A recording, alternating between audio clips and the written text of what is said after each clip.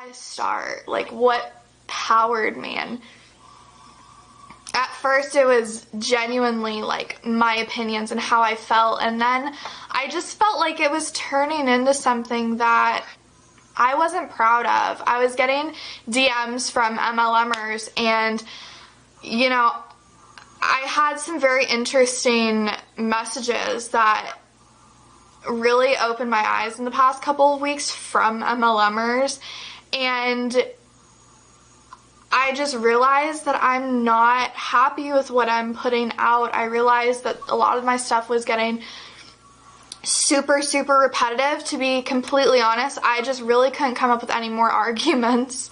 I really couldn't. I was struggling so badly, and I found myself scraping for anything that I can get to make an argument.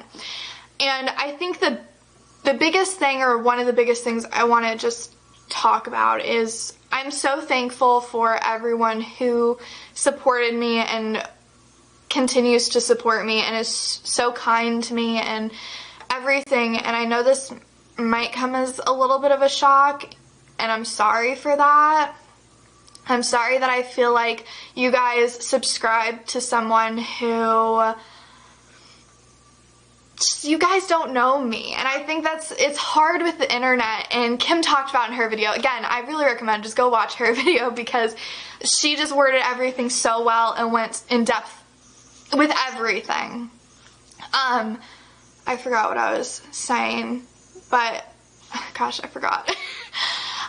You guys don't know me. I'm on social media, but I felt like I had two sides. I feel like I had my anti-MLM, like, biatch side, and then I had my Woven Co. boutique business, Bossbabe, if you will, side. And I was often getting DMs that were like, girl, like, you are a boss babe. Like, you do the same things as an MLMer. And I kind of stepped back and I was like, you know what? Like, shit, you're right. I literally am. And Hold up. Wait a minute. Emily. No, you're not. What Emily Leah has been experiencing in the past little while is actually extremely normal for people who are in MLM businesses and then continue on to have small businesses afterwards, or even working in sales for another company afterwards, like I did. And I like to call it MLM guilt. So we're going to talk a little bit about that today.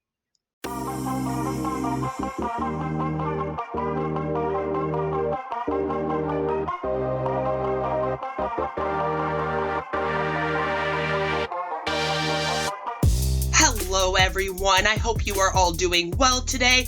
My name is Beth, or Queen of Spade. Please do give this video a like, subscribe if you're new, and without further ado, let's throw some spade.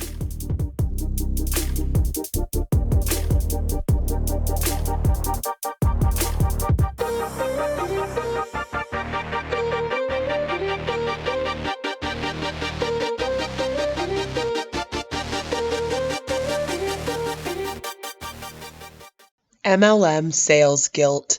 What is it?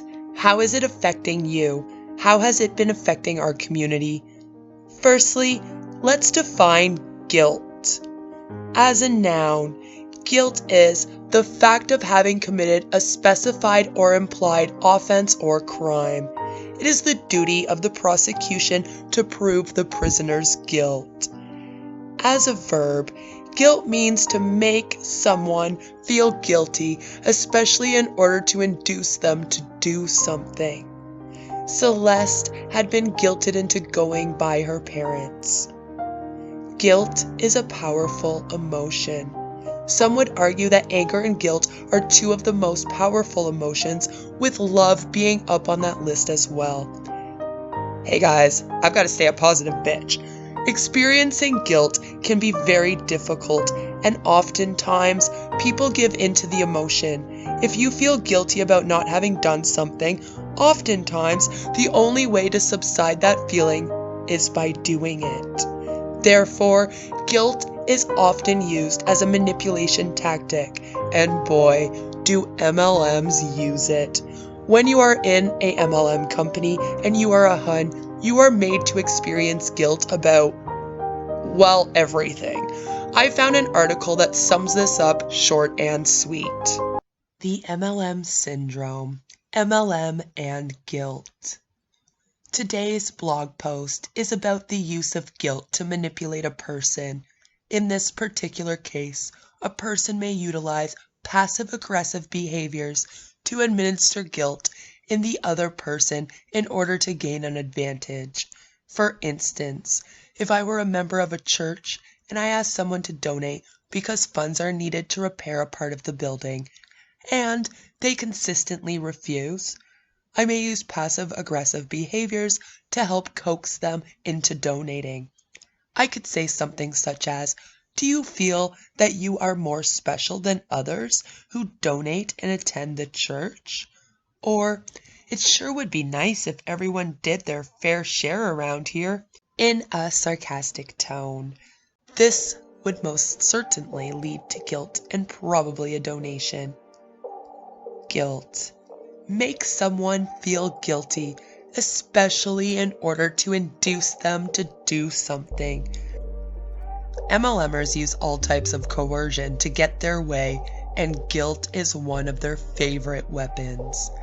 They will consistently work on making a downline member feel worthless if they miss a meeting, don't pay their monthly subscription, or don't listen to their tapes or CDs. The psychological warfare MLMers use on their downline can be vicious and can leave lasting effects after a person leaves the business. When I was propositioned for Amway, my sponsor and his upline were taught to use guilt very effectively. They would talk about the importance of following the system and emphasize the downfalls of missing important events. There was no opportunity to be successful without following the regiment, and the cost of deviation was guaranteed impoverishment while being controlled by a system that is designed to eliminate the possibility of growth.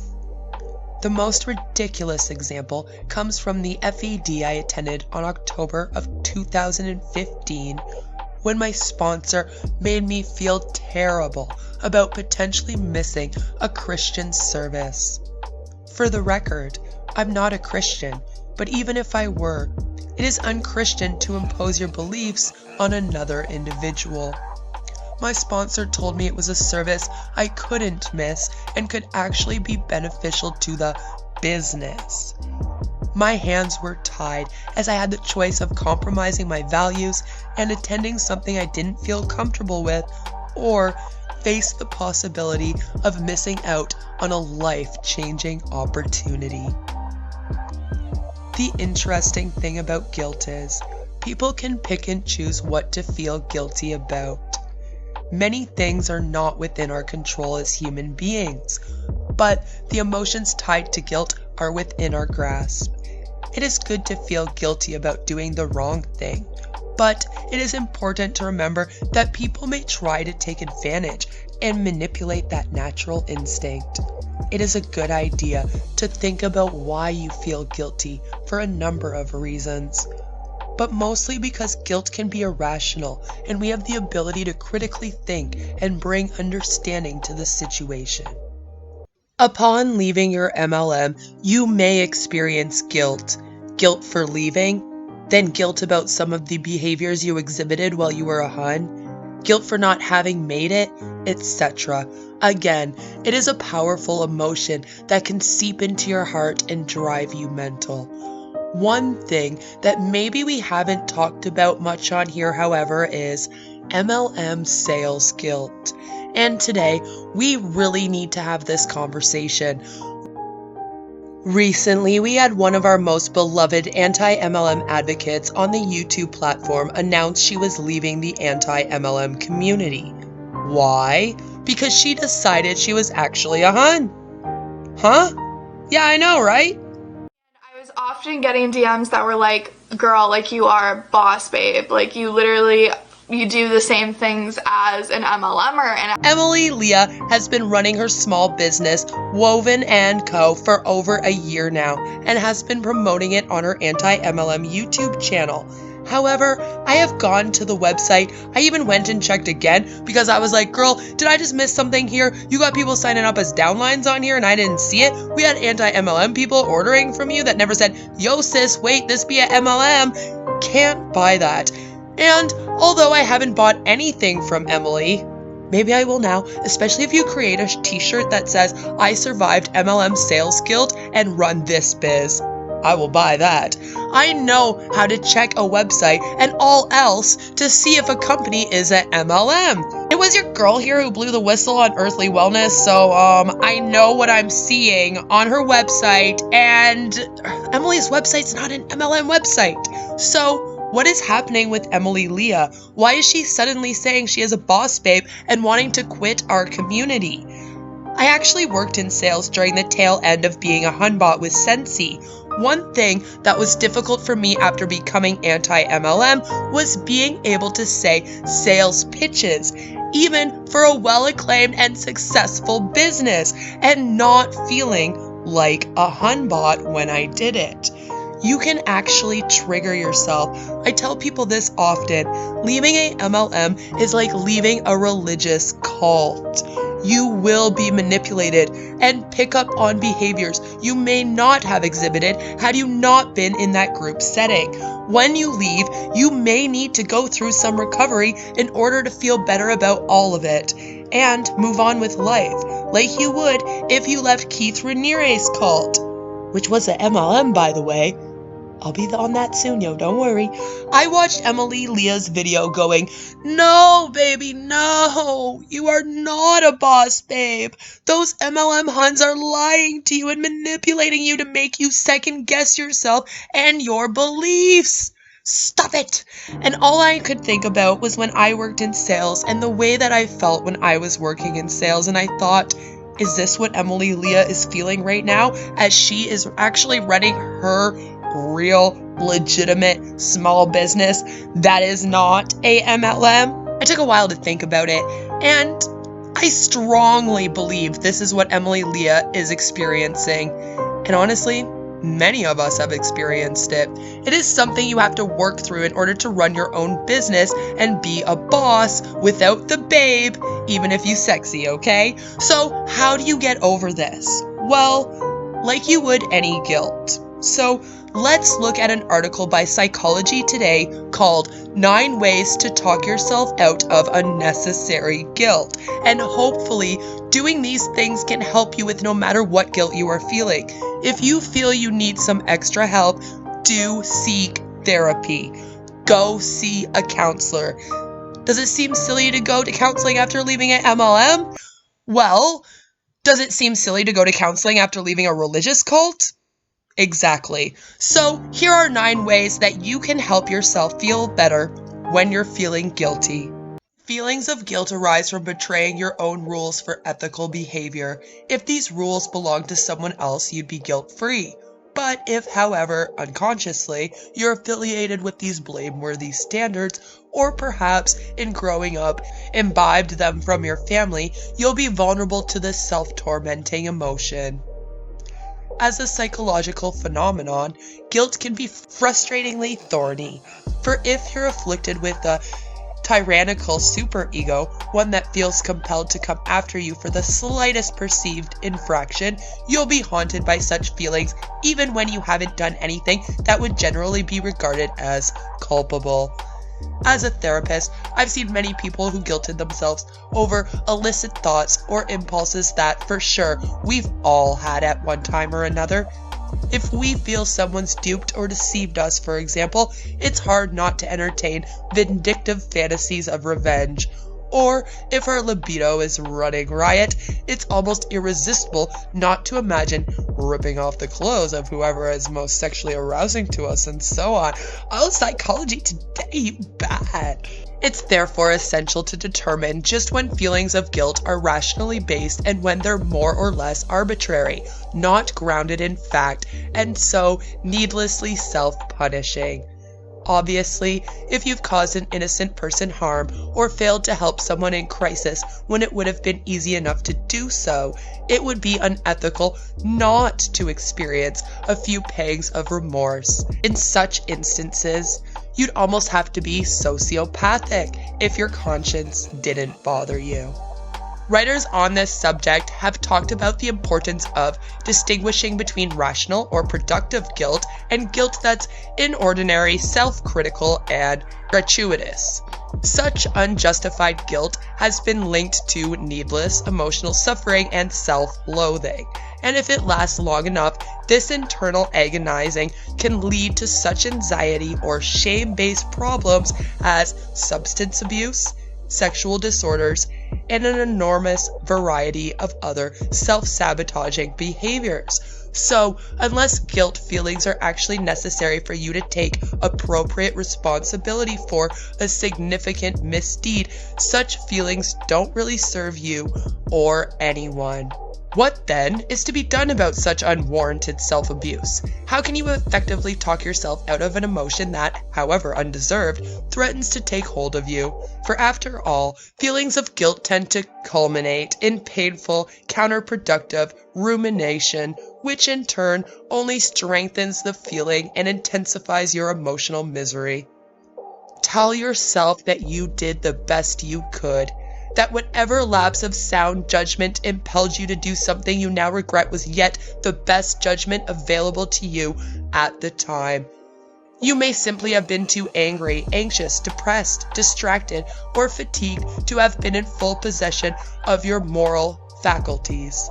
So you can accept that, given the particular psychological or physical circumstances prevailing at the time, you couldn't have acted any differently from the way you did.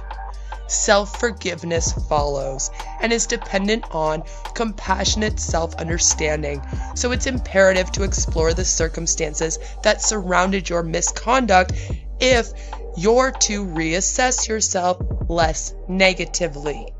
For example here, in relation to MLMs, if you are manipulated into an MLM company and you are doing things that they told you to do, and you're going through those motions, when you leave, if you feel guilty about it, remember that that's what you were taught.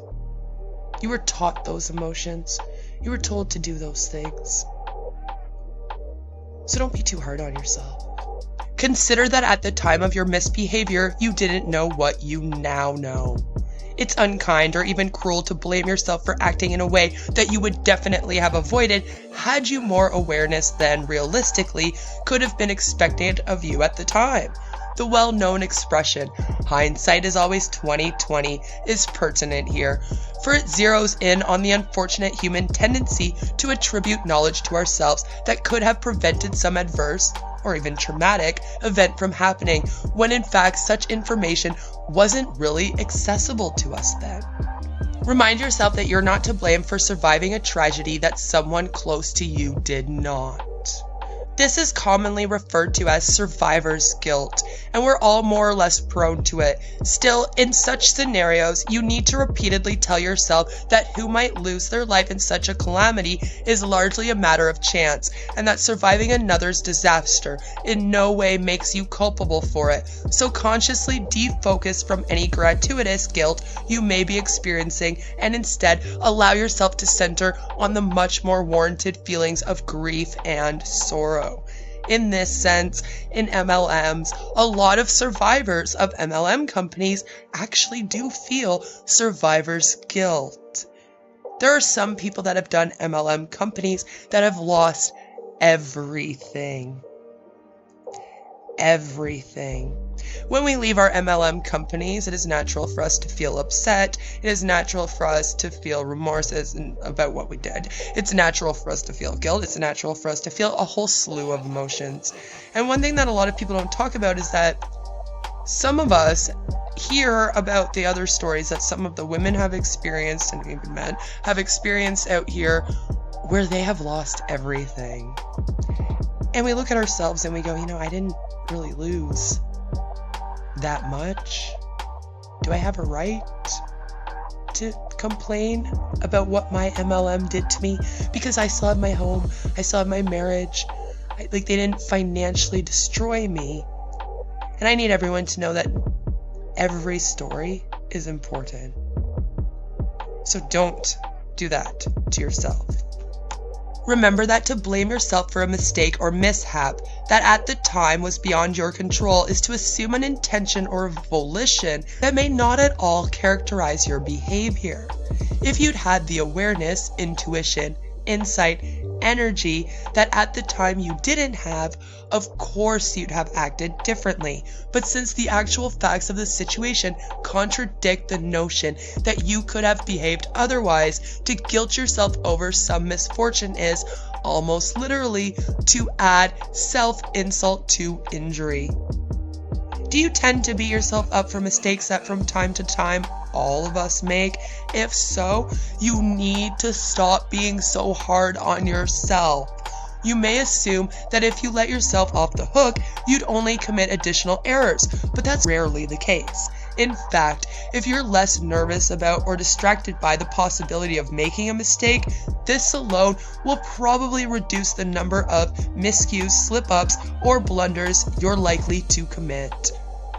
In this case, if you're in an MLM company, like I said, you get manipulated into behaving in ways that you would not normally behave in. That is why we call people that are deep in MLM companies Hun bots, because a lot of people say, my friend joined an MLM company, they were this amazing, energetic, great person, and then they joined the company and they became a sales ad robot on their social media. Every time I spoke to them, they were just trying to sell me stuff and talk to me about business opportunities. And it's because they do kind of take over you a little bit. And what you have to do for them takes over you a little bit. A lot of people are not aware of this, which is why our education and awareness and us being out here spreading it on YouTube is important.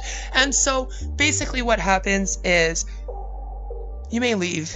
You may feel awful about yourself, but I need you to remember that you were not aware at the time that you got duped into these of their manipulation tactics.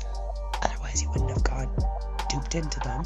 And you were not aware of a lot of the education that you are now today if you're anti-MLM, right? Even in terms of the companies, you are told to only look at the company websites for research and marketing tools, and any other research that you do outside of that is wrong. And therefore, you really do have to take it easy on yourself. After you leave as well, you have to also pay attention to the differences between what you were doing in your MLM company that was this, and what you're doing in your sales company or your small business now, which is not this. You know what you're doing with your small business. Emily, Woven & Co. is yours. You know the intentions of it. You are not being duped to run a business that you do not control the intentions of. And that's what makes it different here. Tell yourself that the behavioral ideals you set for yourself may be too high, or that your original family may have encouraged you to adopt or even forced upon you overly rigorous standards that you now judge yourself by. It's possible that you guilt yourself for not accomplishing something that really isn't in you to achieve. Listen to this very carefully, guys. We all have certain inherent limits, and if you got the message that if you failed at something it was only because you hadn't tried hard enough, you may emotionally punish yourself whenever you don't succeed at something you believe you could have or should have. Now, I don't feel like I really have to go into detail with this, because I bet you as I was reading this, every single anti-MLM person listening to this right now was like, oh, I know what we're going to be talking about here. And you're right. You're right. I gotta say it though. The business is set up for you to fail. It is impossible for you to be successful in these businesses. When you're not successful, they tell you it's your fault. If this is also then something that your family has put on you, that you've adopted, that can then be so much deeper for you. When you join an MLM, they then put pressure on you. You don't do that great because you can't, because they're set up for you not to. And of course, every time that you aren't making your PRV, they tell you it's your fault. You're not trying hard enough, you're not working hard enough, you're not promoting enough. It's all on you. When you leave the company, they give you this whole spiel about how you didn't try hard enough, and that's why you failed, and that's why you're leaving. Again, it gets guilted onto you. It's all your fault. I have video after video after video trying to put out into the world about how it is not their fault. If you feel like this is your fault, please stop it. Don't ever blame yourself for not being successful in an MLM company that's main goal of existence is to rip you off and have you working for them constantly unsuccessful. I'll break it down like that. Just don't do it to yourself. If you are feeling this, please do. Be self-aware of it. Go through those emotions. Talk to someone if you have to. And make sure that you handle this. Because that's not fair to be put on you. That's not your fault. I'll tell you whose fault it is. No, I'm just joking. Blame the CEOs of the company. That's whose fault it is, okay? Blame them. Acknowledge and honor your right to protect your self-interests. Are you someone who finds it hard to say no? For if you do, you'll feel guilty. I am. But really, how morally responsible are you for complying with what someone else might ask of you? And here I certainly don't mean to advocate becoming more inconsiderate or selfish. On the contrary, I regard generosity and services to others as a laudable, humanistic life stance. Agreed. I merely wish to point out that, as a general behavioral guide, you're totally justified in valuing your need quite as much as another's. If this isn't the case, you're likely to end up being treated as a human doormat, because even when others' preferences directly conflict with yours, you routinely subjugate yourself to them. And I have briefly kind of touched on this most recently when I discussed it's almost like you need to be aware if you have a problem with conformity. Because if you have joined an MLM company, a cult, any type of group like that, and you found yourself acting in a way that you would not have acted otherwise, this is your issue. Deal with this. You'll be good in future. If you do cater to others' interests and typically ignore your own, you might want to consider the probable source of such self-demeaning behavior. Is it coming from an MLM, hun? Do you have some ancient belief that people won't like you if you deny them what they want, or that you're only lovable if you minister unto others? Or might there be some other self-degrading program that regularly impels you to put others' wants and needs ahead of your own? I personally struggle with that one. If so, it may be high time for you to put to the test such negative assumptions about yourself and going forward to work on overcoming any anxiety about altering them. And I do highly recommend you do this. Make it one of the main goals in your life. Recognize the legitimacy of standing up for your rights. Anti-MLM community, recognize the legitimacy of standing up for your rights, especially if you are a MLM survivor. Closely related to the above, this suggestion centers on feeling okay about asserting yourself and comfortably setting limits when someone may be on the verge of taking advantage of you. If, for example, you get an unsolicited phone call trying to sell you something, this is just a perfect example for us, huh? Trying to sell you something, don't be concerned that you might be seen as rude if essentially you hang up. Cold calls themselves might be seen as inherently rude, inasmuch as they show little or no respect for the individual contacted. Basically, you're being viewed as a potential mark, someone who might be willing to put their trust in a stranger and buy into something when there's no good reason to. Regrettably, there are countless people who'd be happy to exploit you if you're willing to grant them the opportunity. So, it's crucial to remind yourself that in a large variety of situations, you may need to stand firm when your gut tells you that your basic rights will be violated otherwise. Emily, please do not feel attacked by this, but if you have a group of people in an MLM and they are coming to you and they are telling you that you're in an MLM and that you need to change your stance because of your small business, I need you to stand firm because your basic rights were already violated when you were in the MLM. I don't want it to happen again. You were right. When you were anti-MLM, you were right. You were correct. So please take a moment and just look within yourself and just say, why am I changing my mind right now? Are people exploiting me? Am I granting them the opportunity?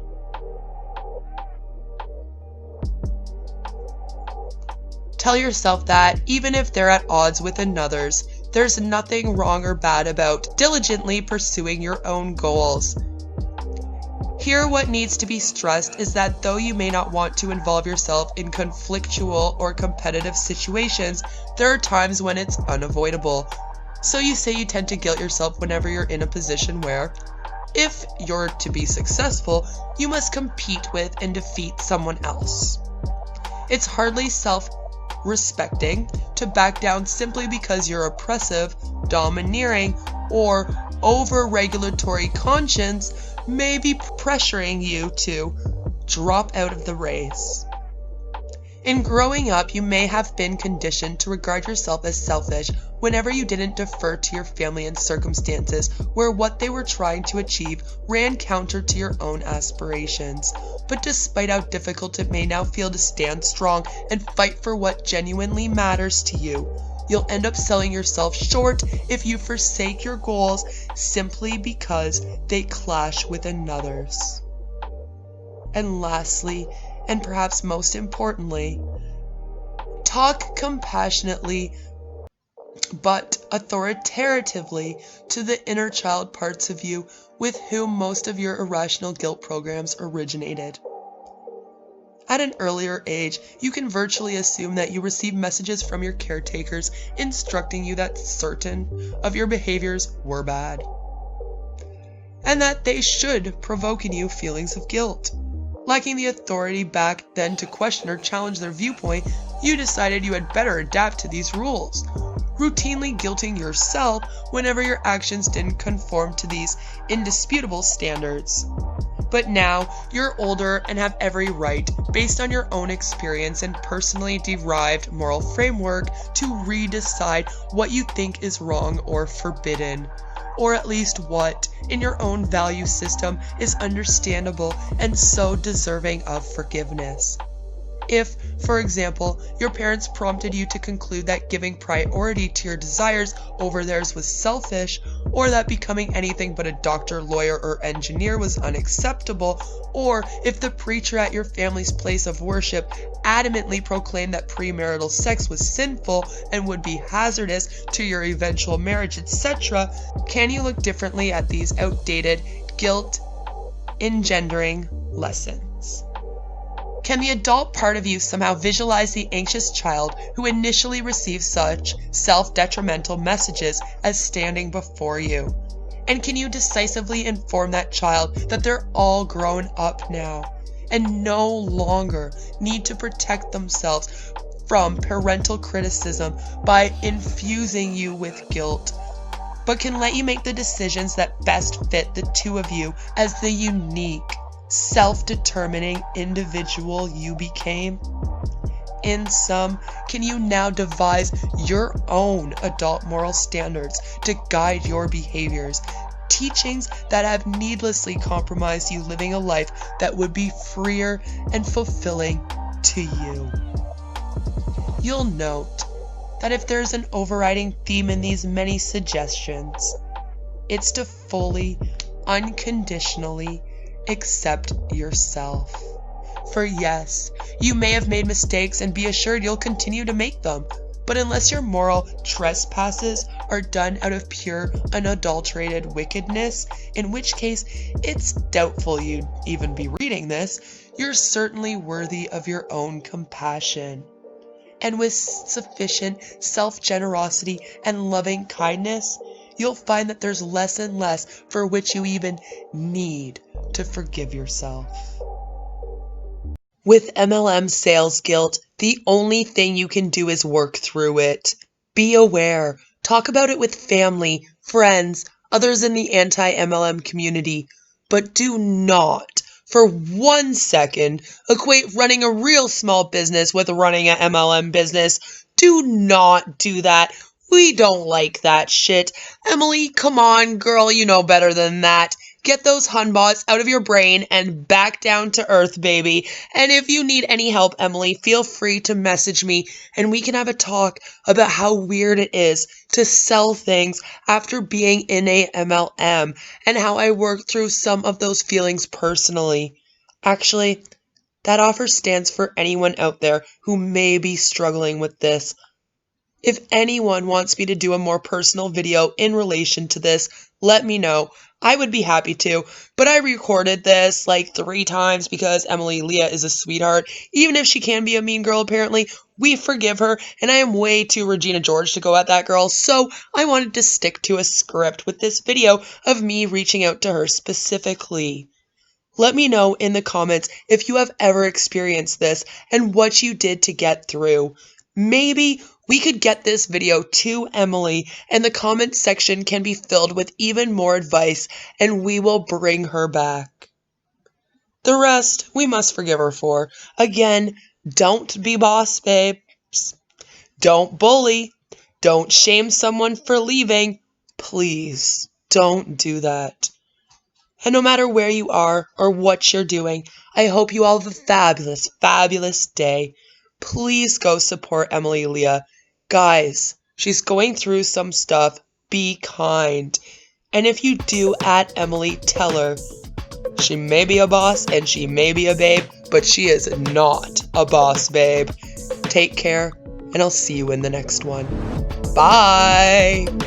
Sweet streams are made of this. Who am I to disagree? Travel the tube and all the streams.